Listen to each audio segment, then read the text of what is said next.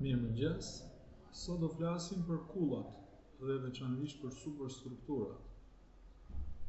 Kullat gjithë i dimë çfarë janë ndërtesa mbi 10 kate, kështu konceptohet nga arkitektura dhe urbanistika prej dekadash e dekadash. Superstrukturat janë godina ose kulla shumë më të larta, por shpeshherë edhe me gjurmë ndërtimore në tokë shumë më të madhe se sa një kullë. Prandaj quhen superstruktura. Edhe sot do flasim për një çështje specifike, do ta shikojmë nga dimensioni urban. Pse kullat janë të këqija? Pse superstrukturat janë të këqija? Një gjë e keqe për Tiranën urbane. Në një emision të para ca kohësh, gazetarja, moderatorja e emisionit do më thoshte do vinë dita që edhe juve do t'ju pëlqejnë këto kullat. E kishte fjalën për ne që ishim kundër ndërtimit të tyre në Tiranë. Dhe me që kuptova unë, kishte fjalën që janë të bukura dhe tani s'po ju pëlqejnë, por do vijë një moment që do e kuptoni bukurinë e tyre. Bukuria në fakt është një çështje shumë e diskutueshme, sepse është një çështje subjektive. Ka një dimension të fortë në sakt subjektiv. Pra ajo që mua më duket e bukur, dikujt tjetër nuk i duket. Pra është një çështje që del jashtë parjes nga një qasje e përbashkët, një qasje shoqërore, për ta vlerësuar. Është një çështje që unë do doja ta dhe shpesh herë kur bie fjala për të bukurën e anashkaloj, po ka disa rregulla urbanistike të cilat ose disa tregues të dhëna kushtëzime të cilat të bëjnë të kuptosh që kullat janë një fatkeqësi e madhe për Tiranën ekzistuese. Flas për atë pjesë të Tiranës e cila është zhvilluar prej qindra vjetësh, por ka marrë formën më kryesore, formën bazike në periudhën e socializmit. Tirana, shpeshherë ne i quajmë Tirana socialiste, sikurse edhe shumë qytete të Shqipërisë kanë marrë formën dominuese në vitet e socializmit. Pse është e keqe? Kjo qasje është e keqe për shumë arsye, por arsyeja kryesore është kjo që do trajtojmë sot. Qyteti socialist, megjithëse ne kemi krijuar një përshtypje që për sa i përket raportit të ndërtuar dhe raportit dhe hapësirës së hapur, ishte një qytet i mirë projektuar dhe i mirë zhvilluar. Pra kishte hapësira të hapura dhe kishte hapësira të ndërtuara, të cilat bashkë arrinin të krijonin një unitet urban të përqyeshëm ose të orientuar nga njeriu. Në fakt, nëse shkojmë në thellë, bëjmë studime, shohim që treguesi më kryesor nga ku lind çdo tregues tjetër, nga ku origjinalizon çdo tregues e dhën apo kushtëzim tjetër, është treguesi në urbanistik, është treguesi i densitetit ose numri i njerëzve që ushtrojnë aktivitet jetësor në një sipërfaqe të caktuar të tokës. Dhe Shqipëria socialiste këtë tregues e kishte shumë herë më të lartë se sa ajo e vendeve perëndimore e përafërt me Bashkimin Sovjetik, ose treguesi që përdorte urbanistika e Bashkimit Sovjetik, por edhe vendeve të tjera lindore. Në Shqipëri kjo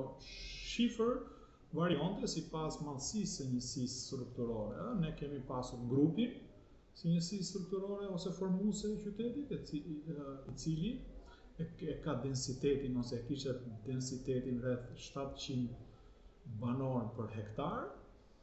Kishim bllokun e banimit, i cili e kishte densitetin diku te 500 e diçka, pavajtur në 600 banor për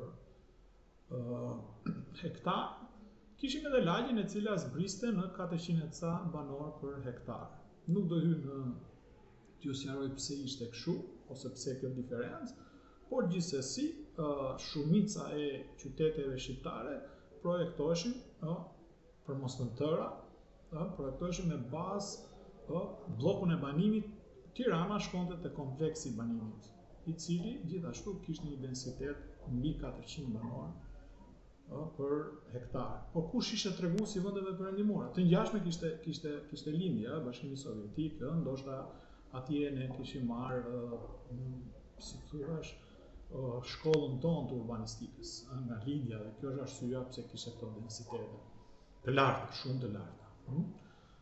Britania, Shtetet e Bashkuara, Europa në përgjithësi këtë tregues në mesatarizim e ka 100 deri në 150 banor, në majë, në top.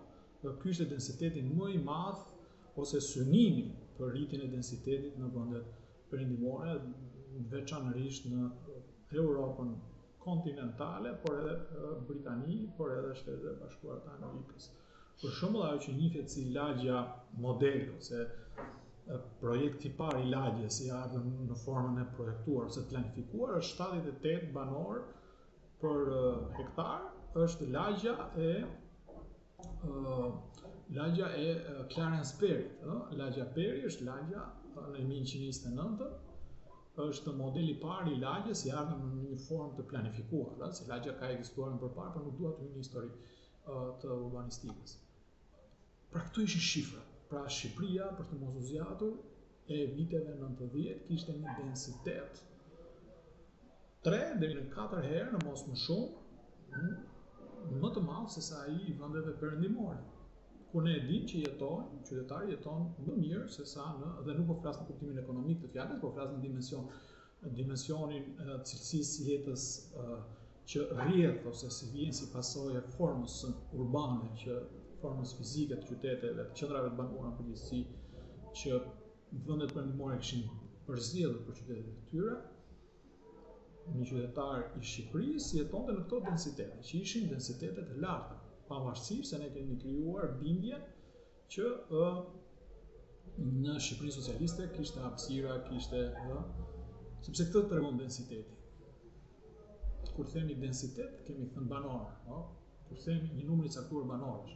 Nëse kemi thënë një numër i caktuar banorësh, kemi thënë dhe hapësirën e ndërtuar për ato aktivitete që janë të mbyllura, si veçanërisht si banimi, por edhe infrastruktura shoqërore që ka nevojë për godina, por veçanërisht banimi.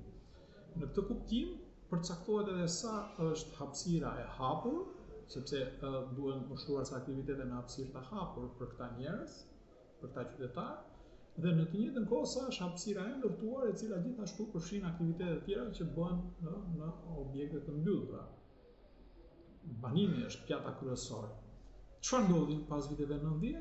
Pas viteve 90 nuk u hapën hapësira të reja për të ndërtuar njësi të reja strukturore të qytetit, por u densifikua hapësira ekzistuese e ndërtuar.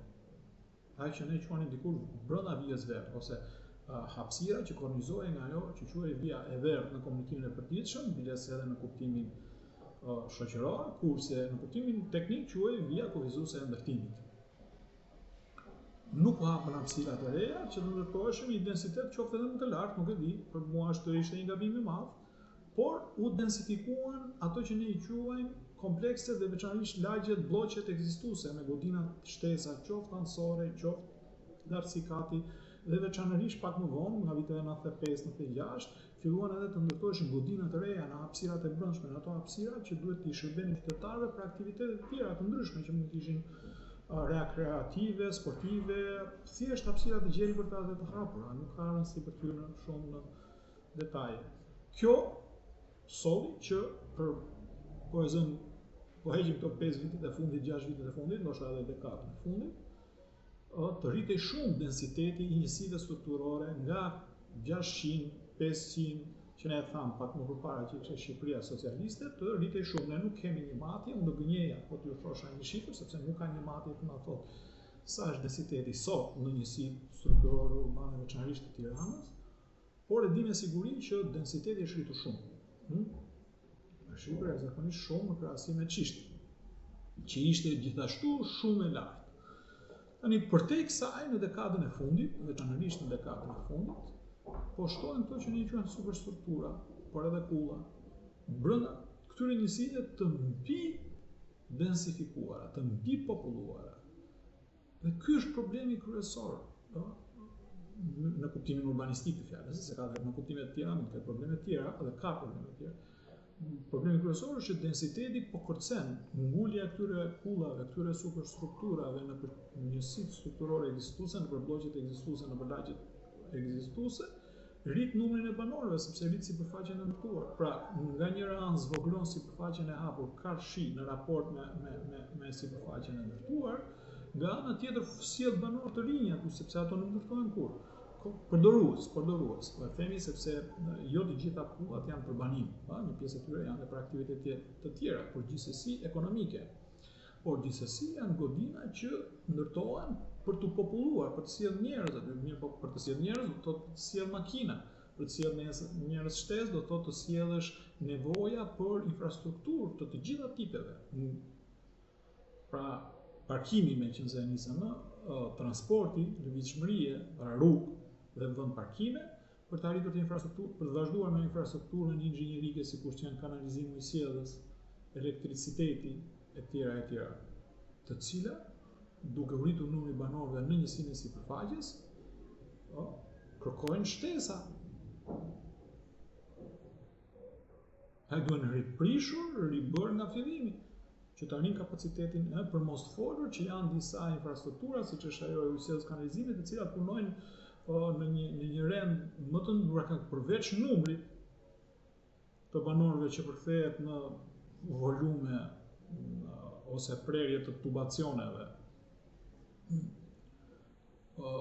Ka të bëjë edhe me atë që ne quajmë presion, duhet arritur një presion i caktuar, të cilat janë shumë të ndërlikuara dhe nuk është se ja vlen të sqaruara nga një urbanist, do ishte mirë na i sqaronte një inxhinier i infrastrukturës nëntoksore, për të ardhur pastaj te infrastruktura sociale, shkolla, kopshe, që kjo ishte vetëm arsimore, shëndetësore, kulturore, biblioteka etj që nuk ekzistojnë, librari, të gjitha objekte të cilat kanë lidhje me dimensionin shoqëror, me ato që i bën njerëzit bashkë,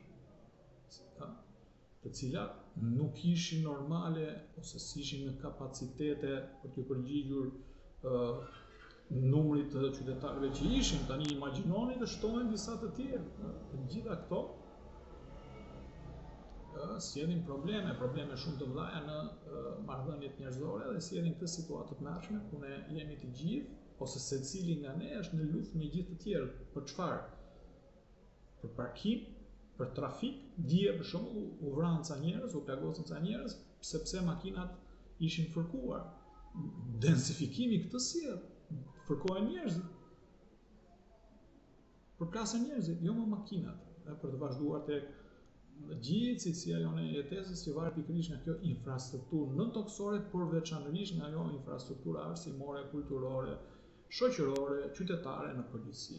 Ky është problemi më i madh urban me ato kullat dhe superstrukturat që ngulen kështu si pa të keq nëpër lagjet ekzistuese të Tiranës.